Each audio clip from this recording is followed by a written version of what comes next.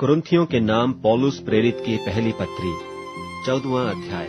प्रेम का अनुकरण करो और आत्मिक वरदानों की भी धुन में रहो, विशेष करके यह कि भविष्यवाणी करो, क्योंकि जो अन्य भाषा में बातें करता है वह मनुष्यों से नहीं परंतु परमेश्वर से बातें करता है, इसलिए कि उसकी कोई नहीं समझता, क्योंकि वह भेद की बातें आत्मा में होकर बोलता है। परंतु जो भविष्यवाणी करता है वह मनुष्यों से उन्नति और उपदेश और शांति की बातें कहता है। जो अन्य भाषा में बातें करता है वह अपनी ही उन्नति करता है, परंतु जो भविष्यवाणी करता है वह कलीसिया की उन्नति करता है। मैं चाहता हूँ कि तुम सब अन्य भाषाओं में बातें करो, परंतु अधिकतर यह चाहता हूँ कि भविष्यवाणी करो, क्योंकि यदि अन्यान्य भाषा बोलने वाला कलीसिया की उन्नति के लिए अनुवाद न करे तो भविष्यवाणी करने वाला उससे बढ़कर है। इसलिए हे भाइयों, यदि मैं तुम्हारे पास आकर अन्यान्य भाषा में बातें करूं और प्रकाश या ज्ञान या भविष्यवाणी या उपदेश की बातें तुमसे न कहूं, तो मुझसे तुम्हें क्या लाभ होगा? इसी प्रकार यदि निर्जीव वस्तुएं भी जिनसे ध्वनि निकलती है, जैसे बांसुरी या बीन, यदि उनके स्वरों में भेद न हो, तो जो फूंका या बजाया जाता है वह क्यों कर पहचाना जाएगा? और यदि तुरही का शब्द साफ न हो तो कौन लड़ाई के लिए तैयारी करेगा? ऐसे ही तुम भी यदि जीभ से साफ साफ बातें न कहो तो जो कुछ कहा जाता है वह क्यों कर समझा जाएगा? तुम तो हवा से बातें करने वाले ठहरोगे। जगत में कितने ही प्रकार की भाषाएं क्यों न हो, परंतु उनमें से कोई भी बिना अर्थ की न होगी। इसलिए यदि मैं किसी भाषा का अर्थ न समझूं तो बोलने वाले की दृष्टि में परदेशी ठहरूंगा और बोलने वाला मेरी दृष्टि में परदेशी ठहरेगा। इसलिए तुम भी जब आत्मिक वरदानों की धुन में हो तो ऐसा प्रयत्न करो कि तुम्हारे वरदानों की उन्नति से कलीसिया की उन्नति हो। इस कारण जो अन्य भाषा बोले तो वह प्रार्थना करे कि उसका अनुवाद भी कर सके। इसलिए यदि मैं अन्य भाषा में प्रार्थना करूं तो मेरी आत्मा प्रार्थना करती है, परंतु मेरी बुद्धि काम नहीं देती। सो क्या करना चाहिए? मैं आत्मा से भी प्रार्थना करूंगा और बुद्धि से भी प्रार्थना करूंगा। मैं आत्मा से गाऊंगा और बुद्धि से भी गाऊंगा।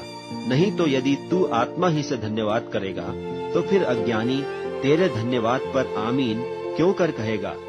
इसलिए कि वह तो नहीं जानता कि तू क्या कहता है। तू तो भली भांति से धन्यवाद करता है, परंतु दूसरे की उन्नति नहीं होती। मैं अपने परमेश्वर का धन्यवाद करता हूँ कि मैं तुम सबसे अधिक अन्यान्य भाषा में बोलता हूँ, परंतु कलीसिया में अन्य भाषा में 10,000 बातें कहने से यह मुझे और भी अच्छा जान पड़ता है कि औरों के सिखाने के लिए बुद्धि से 5 ही बातें कहूँ। हे भाइयों, तुम समझ में बालक न बनो, तो भी बुराई में तो बालक रहो, परंतु समझ में सियाने बनो।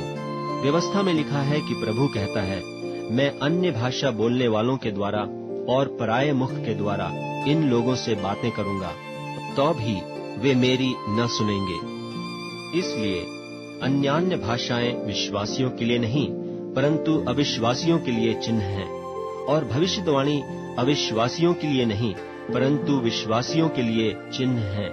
सो यदि कलीसिया एक जगह इकट्ठी हो और सब के सब अन्यान्य भाषा बोलें और अनपढ़े या अविश्वासी लोग भीतर आ जाएं, तो क्या वे तुम्हें पागल न कहेंगे?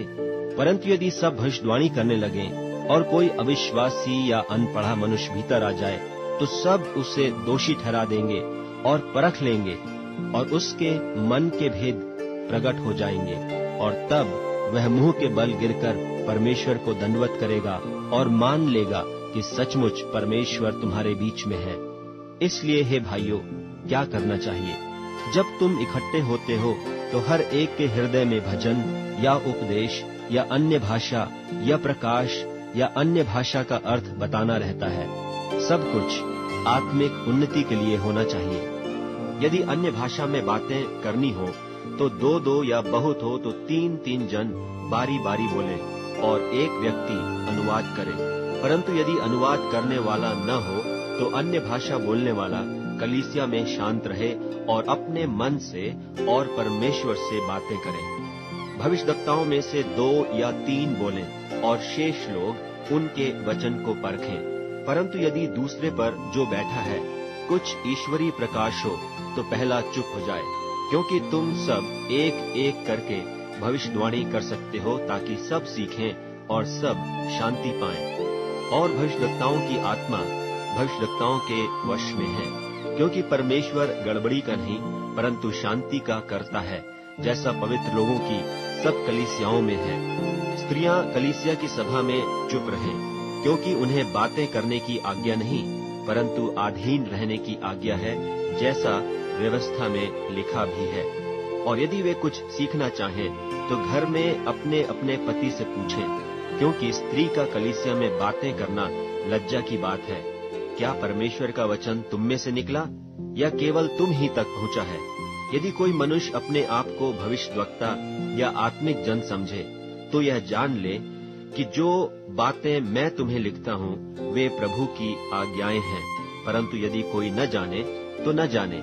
सो हे भाइयों, भविष्यवाणी करने की धुन में रहो और अन्य भाषा बोलने से मना न करो, पर सारी बातें सभ्यता और क्रमानुसार की जाएं।